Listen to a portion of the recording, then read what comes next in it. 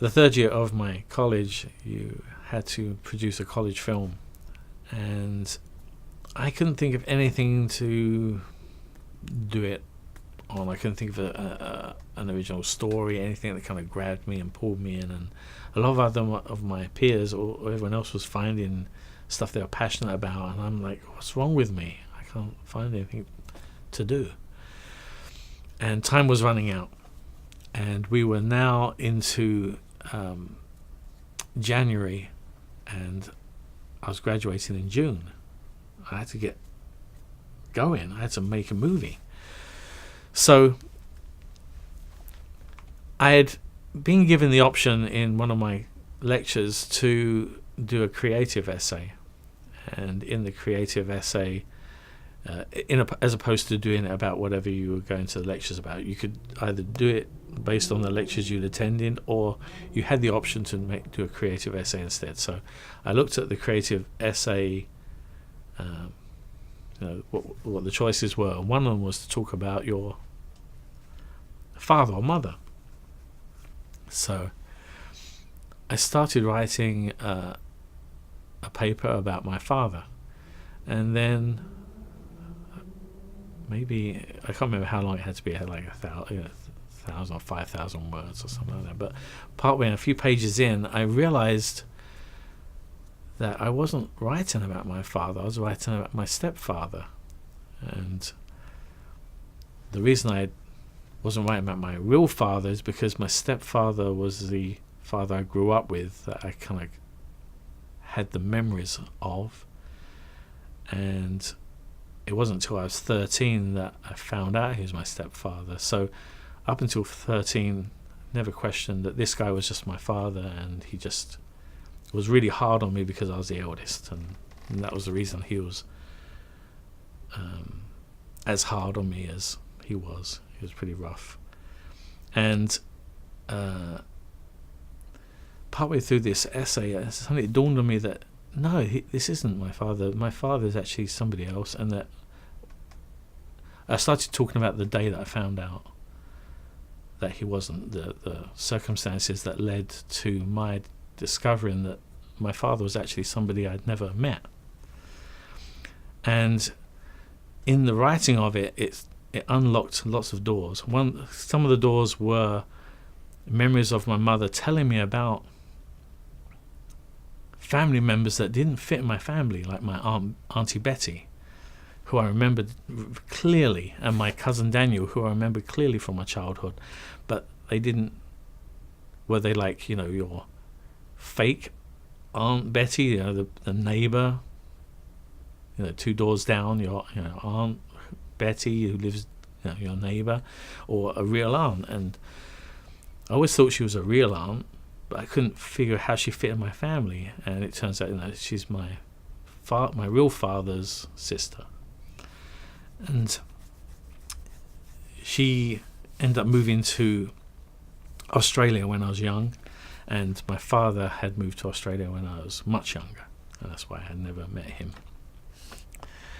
And so the point of this is that the day that I discovered my father was not my father was the bulk of this creative essay. And when I finished it, I guess I'd just like thrown up always memories just like come out and just and filled up these 5,000 words or however long it had to be. I got really good grades for that. I guess I can't remember. I don't think I ever reread it other than count the words. But the guy who did assess all the essays said, you should. Have you ever thought about possibly making this day into your third year film? And I was like, oh, there's an idea. But the thing is that because it's so personal and there's so much hurt in there, I didn't know how I could write about it, and I probably could draw it, but speaking about it was really hard. couldn't speak about it back then because it was just too much emotion involved. But the first thing you have to do after you board it is they have to have an external assessor come in, look at your boards, and talk about what your plan is. And most people had stuff in the works. They had boarded it. They'd even done tests. They'd started animating it. I just had boards. I had all these boards. It was a very involved story, and so the assessor sat down. I had to go up and talk about it. I couldn't get through it without crying. And it was the hardest thing, just to try and get it out verbally to a complete stranger. This poor guy, me like a 19, I must have been 21 then, a 21-year-old sobbing, talking about his childhood, all this emotion and everything. And he was very patient, and I got through it eventually. It was really hard. I had to just wait until I could continue, and then continued, and nightmare. But at the end of it, he said, this is way too ambitious. This sounds like a 6-minute film, and time's running out.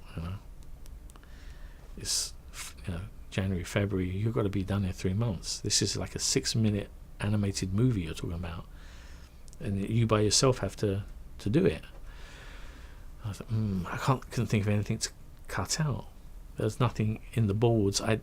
This was like the bare bones of the things that happened that day, and the flashbacks were needed because it was a very condensed way to do a lot of information in the flashback. It was already edited down. It was already pared down to the essentials. So thank you, Mr. Assessor, and I apologise for the sobbing. I'm going to have to just go for it.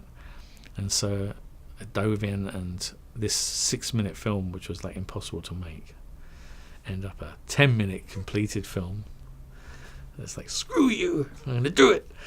Had some drive back. I wish I still had some of that drive now. I really wish I could just plug back into that 21-year-old and get all that drive. But I made the movie, and having to make it actually was actually like therapy. It was better than paying somebody and speaking to them, having to talk about progress and regularly. It kind of it became less and less painful to verbalize and to talk to about strangers. I could get through it, and easier each time. So it must be helping, So I ended up making this film, and it turned out better than I expected. I did the music myself and the sound effects. I had help with the sound effects, editing them. But all the music, I borrowed my friend's synthesizer and did all music, and I got my friend just do the saxophone solo in one part.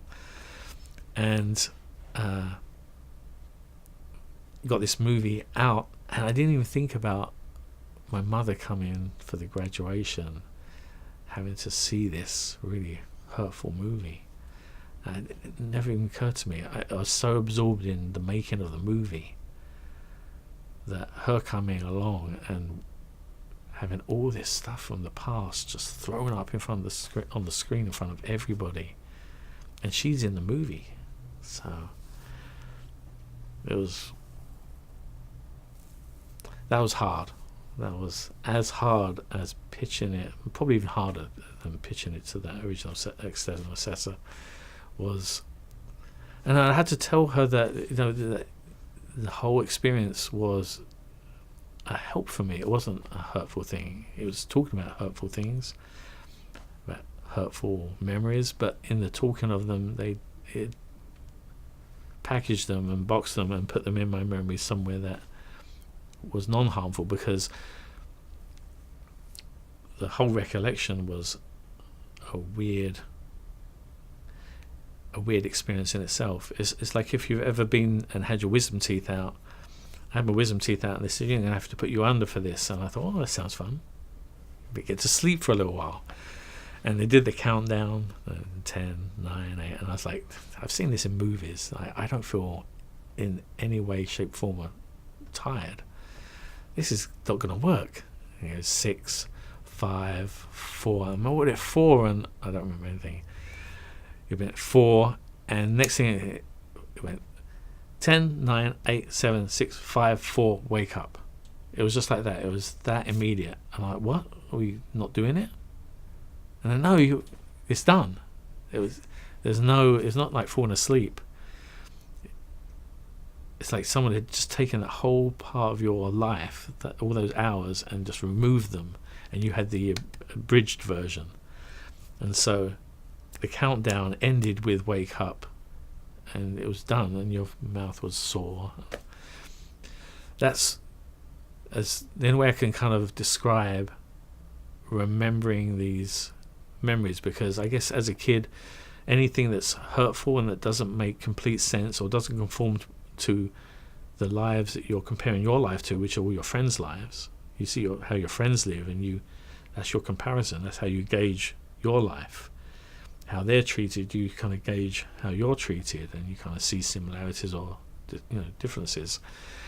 And so as a kid, because these memories were harmful, your brain has a way of locking them away that you don't even know that they're locked away. They're taken out of your memory and put somewhere safe, a safe place. So with that said, as I was writing this original essay, and this door got unlocked to this flood of memories that I hadn't know, my brain had stored away from my memory, because it was harmful, it upset me, it didn't make sense, it was hurtful. And so when I got those memories back, it was like remembering them for the first time. So it's like remembering someone else's memories, or watching a movie that you're in that you don't remember being filmed. It's like as though if you're drunk, you black out and you see pictures of yourself. I don't remember doing that. It's that scary. It's almost like someone's tricking you. But it's like your own brain is tricking you, but it's your own brain's way of protecting you. Very weird. The most weirdest experience. And all this, I guess came out in the writing of this essay, and that's why this lecturer picked it out and said, you should make this. I guess it grabbed him in a way. But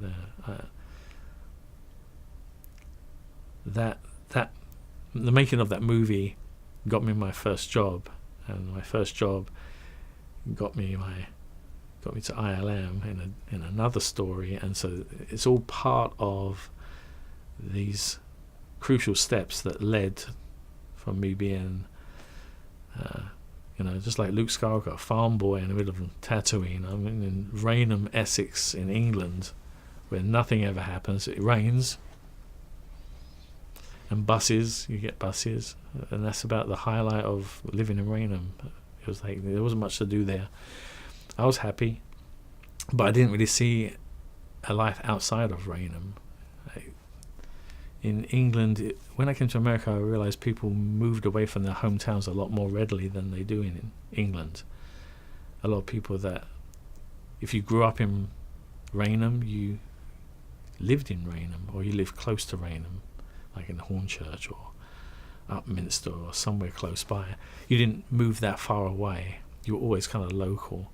And if you had a job in London, you got the underground train into London and came back to Raynham again.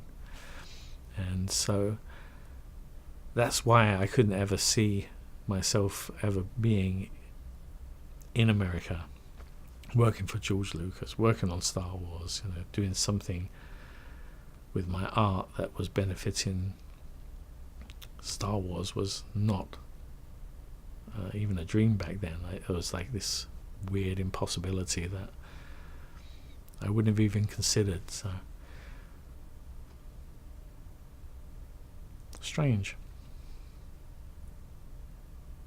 how life takes you on these weird journeys. I was letting you hang there for a minute. Yeah.